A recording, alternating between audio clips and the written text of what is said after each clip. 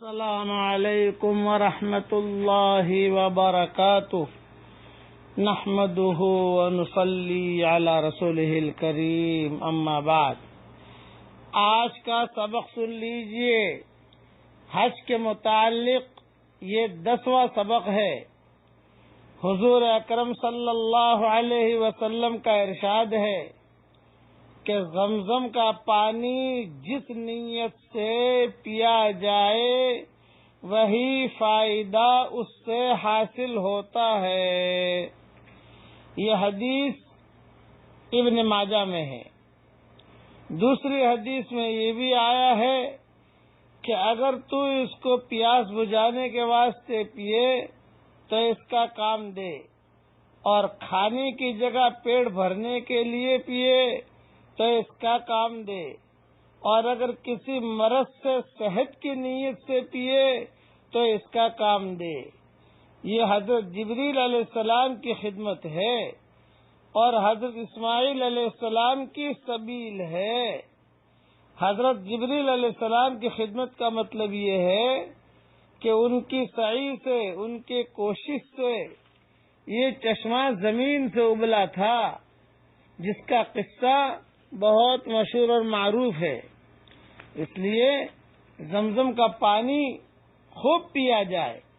حضور اکرم صلی اللہ علیہ وسلم نے حجۃ الوداع میں زمزم کا پانی خوب پیا اور یہ ارشاد فرمایا کہ میرا دل چاہتا ہے کہ خود ڈول بھر کر پیوں، مگر پھر سب لوگ خود بھرنے لگیں گے، اس لیے نہیں بھرتا۔ بعض روایت میں آیا ہے کہ حضور صلی اللہ علیہ وسلم نے خود بھرا۔ ممکن ہے کسی وقت خود بھرا ہو اور دوسرے وقت مجمع کی وجہ سے یہ عذر فرما دیا ہو۔ ایک حدیث میں آیا ہے حضور اکرم صلی اللہ علیہ وسلم نے حضرت عباس رضی اللہ تعالی عنہ سے زمزم کا پانی طلب کیا۔ انہوں نے عرض کیا کہ اس پانی میں جو کوئی حوض کی قسم سے پانی کے مجتمع ہونے کی جگہ تھی، سب لوگ ہاتھ ڈال دیتے ہیں، گھر میں صاف پانی رکھا ہوا ہے، اس میں سے لاؤں؟ حضور صلی اللہ علیہ وسلم نے ارشاد فرمایا، نہیں، جس میں سے سب پیتے ہیں اسی میں سے پلاؤ۔ انہوں نے پیش کیا، حضور صلی اللہ علیہ وسلم نے پیا اور آنکھوں پر ڈالا، پھر دوبارہ لے کر پیا اور اپنے اوپر دوبارہ ڈالا۔ یہ حدیث کنز میں ہے۔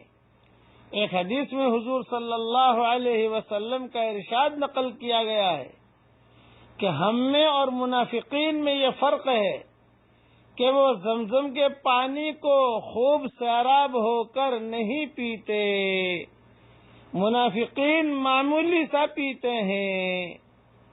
ایک اور حدیث میں ہے کہ حضور صلی اللہ علیہ وسلم نے ایک مرتبہ ڈول بھرنے کا حکم فرمایا۔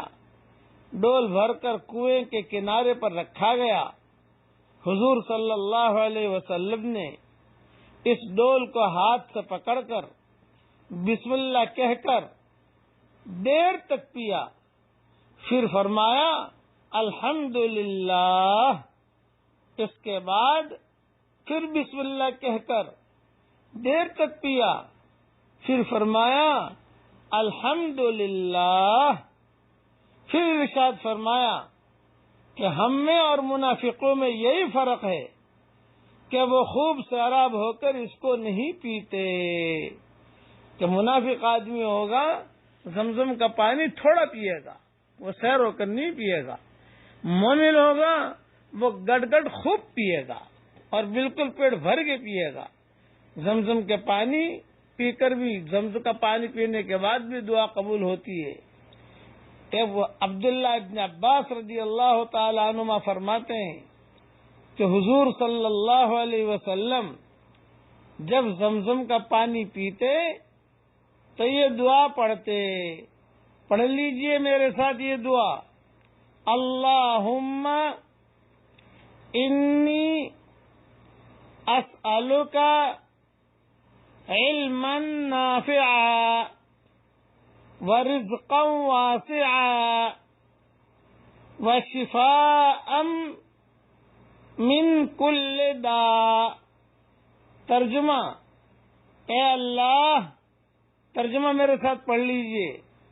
اے اللہ، میں تجھ سے ایسا علم مانگتا ہوں جو نفع دینے والا ہو، اور وسیع رزق، اور ہر بیماری سے شفا چاہتا ہوں۔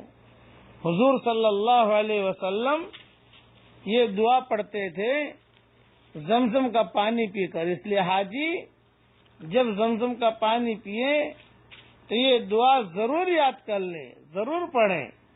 نبی کی زبان سے جملے نکلے ہوئے ہیں، یہ جملے ہماری زبان سے بھی نکل جائے۔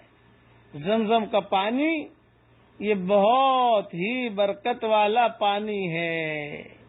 حضرت عائشہ رضی اللہ تعالی عنہ زمزم کا پانی اپنے ساتھ لے جاتی تھی، اور یہ نقل کرتی ہیں کہ حضور صلی اللہ علیہ وسلم بھی لے جایا کرتے تھے۔ ایک حدیث میں ہے کہ حضور صلی اللہ علیہ وسلم ساتھ لے جایا کرتے تھے اور بیماروں پر بھی چھڑکتے تھے۔ حضرت حسن اور حسین رضی اللہ تعالی عنہما کی تہنیک کے وقت ان کو دیا تھا۔ بچہ جب پیدا ہوتا ہے تہنیک وغیرہ تو یہ پانی کے کچھ قطرے ان کے منہ میں ڈالے تھے۔ بقیہ تفصیل کل انشاءاللہ۔ اس وقت تہجد کا وقت ہے ہمارے ہاں، 3:54 تقریباً 4 بج رہے ہیں۔